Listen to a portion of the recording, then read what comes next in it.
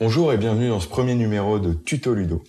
Cette série de tutos a pour but de vous expliquer les principaux concepts liés à la guitare et d'illustrer par des exemples quelques compositeurs et leurs caractéristiques donc au niveau de la guitare toujours.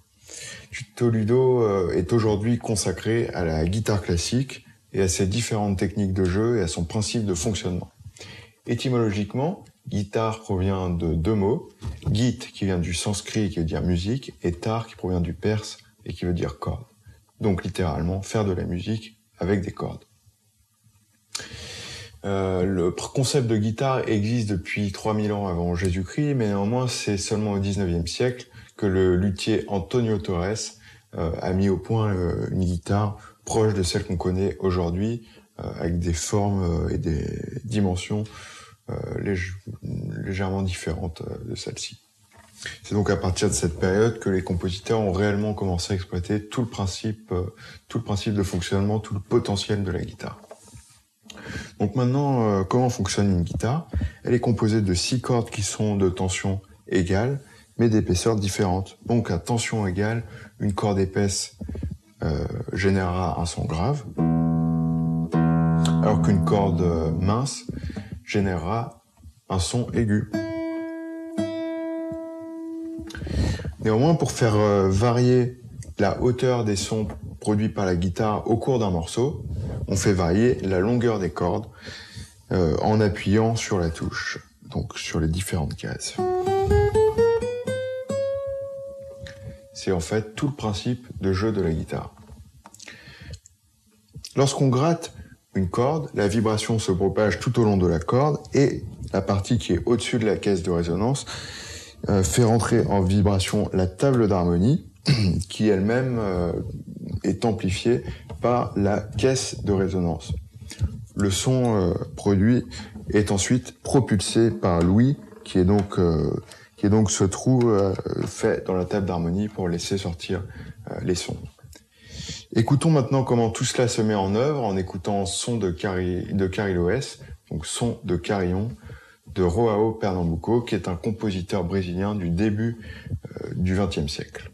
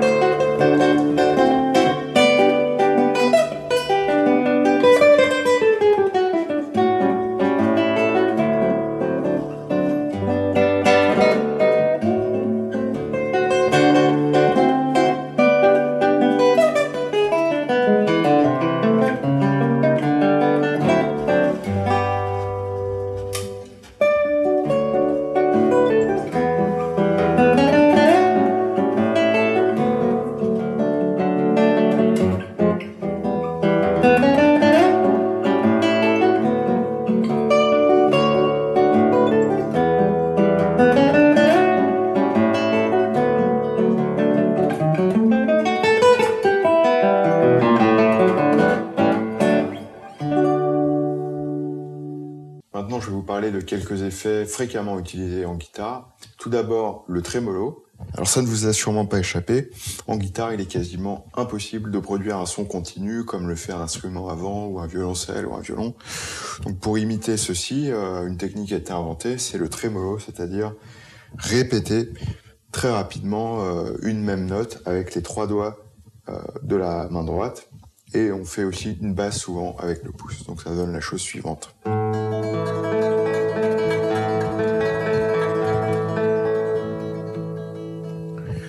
Une variante du trémolo est d'exécuter les 4 notes sur la même corde, ce qui donne un son continu et unique lorsque c'est très bien exécuté. Un exemple de ceci avec un thème bien connu.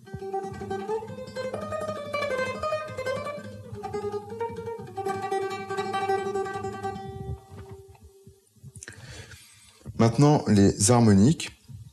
Alors, lorsqu'une corde vibre, corde de guitare vibre, il y a ce qu'on appelle des nœuds. C'est des parties de la corde qui vibrent faiblement, et des ventres, c'est des parties de la corde où la corde vibre amplement. Les principaux nœuds en guitare sont, sur une corde de guitare, sont situés à un quart de la corde, la moitié de la corde, trois quarts de la corde. Lorsque l'on pose le doigt sur un nœud, lorsqu'on effleure un nœud, cela a pour effet d'enlever des harmoniques graves pour ne laisser que des harmoniques aiguës. Cela a donc pour effet de modifier la couleur du son ainsi que sa hauteur. Donc on passe de ça à ça.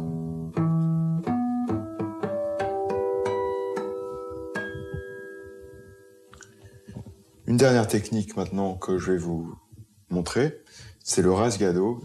Il s'agit d'une technique très utilisée en guitare espagnole qui consiste à balayer énergiquement l'ensemble des cordes et de façon très rythmée.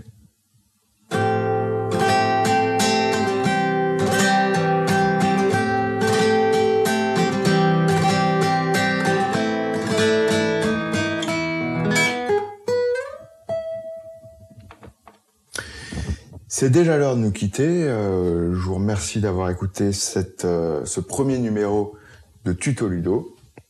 Et je vais maintenant vous laisser en compagnie d'Hector Villalobos avec Danse cubaine.